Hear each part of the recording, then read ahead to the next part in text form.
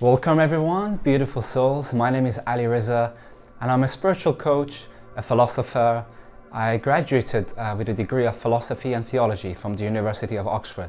And currently I'm a master's student for philosophy at the University of St Andrews in Scotland. So my path has been a path of seeking knowledge, seeking wisdom, but also I've had another path that has been in alignment with this path. But it's been a more spiritual path, right? A path of going within oneself to understand core principles about ourselves and about reality. So the first step in this spiritual development course is called self-knowledge or self-understanding. And this is really the core foundation of all the other building blocks that we're gonna build on top of this. So self-knowledge and self-understanding. What does this really mean, right? I just remember 4 or 5 years ago, I began on this path of self-knowledge and self-understanding on a very deep and spiritual level, even though I've been a seeker for my whole life since I was a kid. And I remember it really began with understanding who I am, what is the nature of myself. We cannot really build anything in our spiritual foundation course unless we know who we are, right? So this spiritual foundation course will take you through the ideas, right, for you guys to know, but also each section has an experiential aspect so that the things I'm teaching you are not just ideas in the mind, but that you feel and embody these knowledge and wisdom. So I really want to ask, before you listen to this foundational course, to establish yourself in a quiet, peaceful stillness. Because the teaching, to some extent, is the words I'm expressing, but on a deeper level, the teaching is a transmission of energy, transmission of understanding. It's like I'm playing a piano and I want you to be in this listening state, this feeling and listening state, so that the things I'm teaching you are felt by your higher self, are felt by your heart, and not just the mind, right? So be in this stillness and allow my words to go through you rather than just trying to understand it, right? And this goes for all the things I'm going to be doing in the spiritual foundation course, right? So the first step is self-knowledge and self-understanding. What does it really mean to know ourselves? The first step to self-knowledge and self-understanding is knowing that I am not the body, I am not the mind, and I am not my feelings.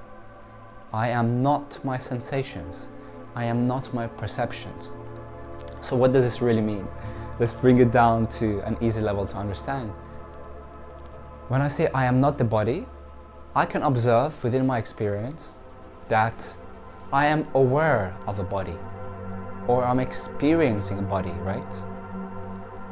So whatever the self is, it's not the body, because simply in your own experience, you are aware of a body. You see your hands, you see your body, you're aware of your body. But what is the thing that is aware of the body, right? So that is, we're trying to go beyond the body. What I mean by the mind, I don't believe the mind to be an existent entity. So the mind are just our thoughts. So when I say I am not my thoughts, take a thought that I want to go to the gym today. Okay, have that thought in the mind. Now, ask yourself the question, are you your thought? Or are you something that is aware of the thought, right? When I was aware of the thought that I want to go to the gym, I wasn't the thought itself. I was aware, or I was observing the thought. So, I am not my thoughts, I have thoughts, I experience thoughts. I am not my body, I have a body, I experience a body. And same with the feeling. Tune into your feeling right now. What are you feeling? Do you feel happiness, joy? Do you feel a sense of sadness, a sense of desperation? Tune to the feeling and feel. And now ask yourself the question, are you your feelings?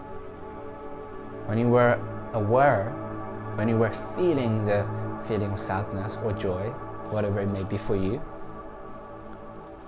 You were experiencing, you were aware of your feelings. You were not your feelings.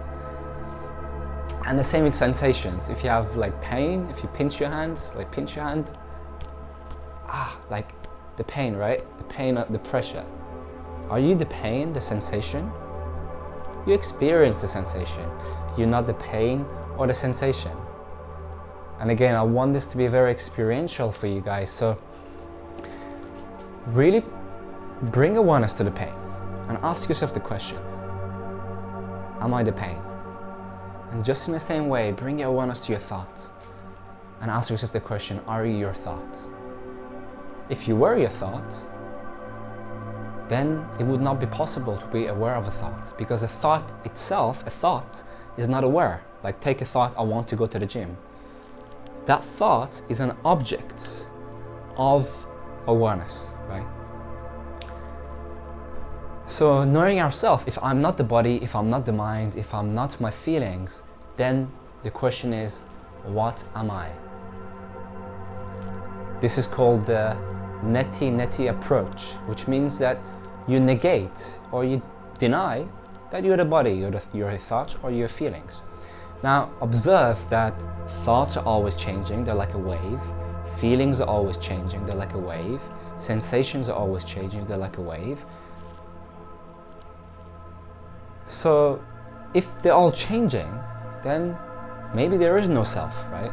However, we have a feeling, a recognition that there is a self within ourselves. All of us have this feeling, right? So the body, the mind, and the feelings have this nature to them that always they're changing, they're not stable, right? So now, instead of being aware of a thought, being aware of a sensation, being aware of a feeling, ask yourself the question, what is the thing that is experiencing your thoughts, your feelings, and sensations?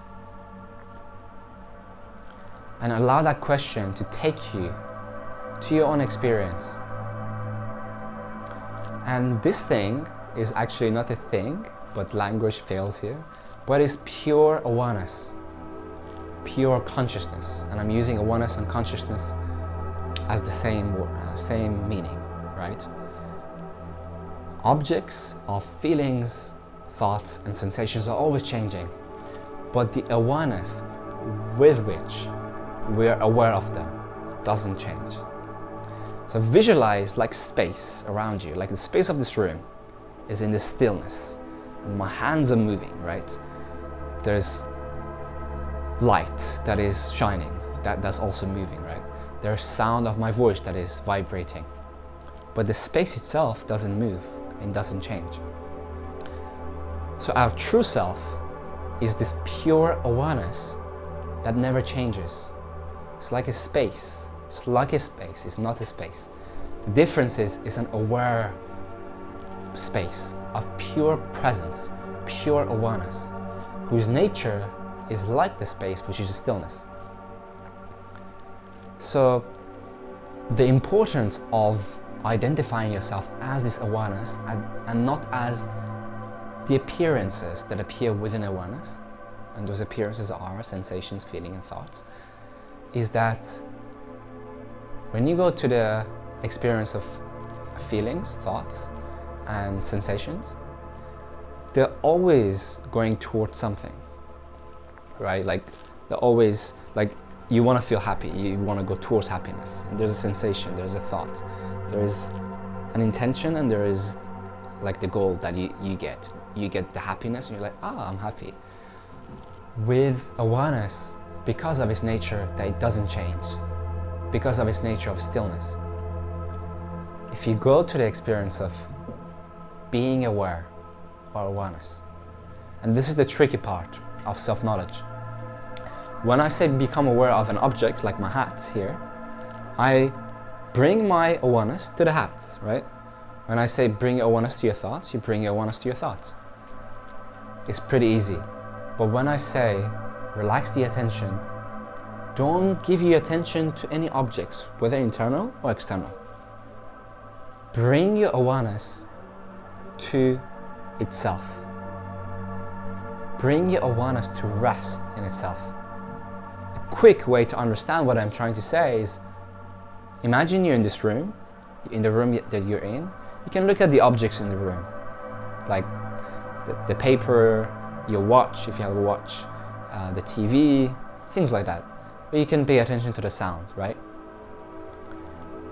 But when I ask the question, become aware of awareness, it's a really difficult thing for a lot of people, because awareness is not an object for us to perceive with our five senses, right? So in this method, we recognize that when we become aware of awareness, awareness is not like an object that we can find. It's like being aware of the space of the room. And when I'm aware of the space of this room, I'm not focusing on any object like the TV, the door. I'm simply aware of the room. You can even understand this with your eyes, right? When your eyes are focused, they're like a tunnel vision, like you're focusing like a laser on objects. So that's when the five senses go towards objects. It's like a tunnel. However, the awareness of being aware of awareness, is like being aware of this field of the room without any effort. So when we go to the experience of being aware of this awareness, I do not try, I do not make any effort. I'm just aware of this field of awareness. In this ease of being, I'm just simply being. And I'm just simply aware. So that's what we call awareness of being, or I am. I is the name for awareness, and am is a name for being. And it's one thing, even though it's not a thing as an object, because language fails here. Awareness of being is one. There is a being here that is aware. There is a being here, and this aware being, its nature is wholeness and peace. In most of our day-to-day life, we go through life looking to have something that makes us feel fulfilled, that makes us feel happy, right? You look for your romantic partner and you believe that once you get this romantic partner, you then become whole. And the experience of wholeness is the experience of needing nothing and lacking nothing, being totally satisfied in yourself. Most of us in our day-to-day life, and the education that's taught us, so it's not really your fault, teaches us that we become happy, we become whole, and I'm using happiness here in terms of wholeness. And wholeness means you like the space of this room, you don't need anything, you don't desire anything. There's just total self-contentment or self-satisfaction. So most people go towards things, objects, relationships to become happy, to become whole. But when we go to the experience of being aware of awareness, we observe and we recognize that there is no lack in awareness. There's no agitation in awareness. There's agitation to our thoughts, to our feelings, to our sensations. But there is no agitation to awareness. Awareness is this stillness, this field of pure aware presence. And when we go experientially to the experience of being aware of awareness, it is not changing. It doesn't need anything. It doesn't want anything. It is always in the now. And when we want something, we're reaching to the future. So take your romantic partner. If you're looking for a romantic partner, you're reaching to the future. And you believe that you become whole in the future once you have this relationship. You become happy, you become whole when you get this job that makes you this amount of money, right? So it's always about the future. But this experience of being aware of awareness is wholeness. And this wholeness, part of it is that the experience of wholeness is in the now. This experience of pure satisfaction is in the now. And it's not conditional on anything that happens in the outside. In the same way that the objects in this room cannot harm or affect this room. If I throw this hat at the TV, I obviously harm the TV if I hit it hard, but do I harm the space? No, the space is just there and present. So the space of awareness is like this presence of wholeness in the now. So we want to identify ourselves as this fulfillment, as this presence, as this wholeness. We want to establish ourselves as this presence that needs nothing and lacks nothing, needs nothing for its wholeness, needs nothing for its satisfaction, right? So let me take you through an experiential meditation that allows you to experience your true nature as yourself.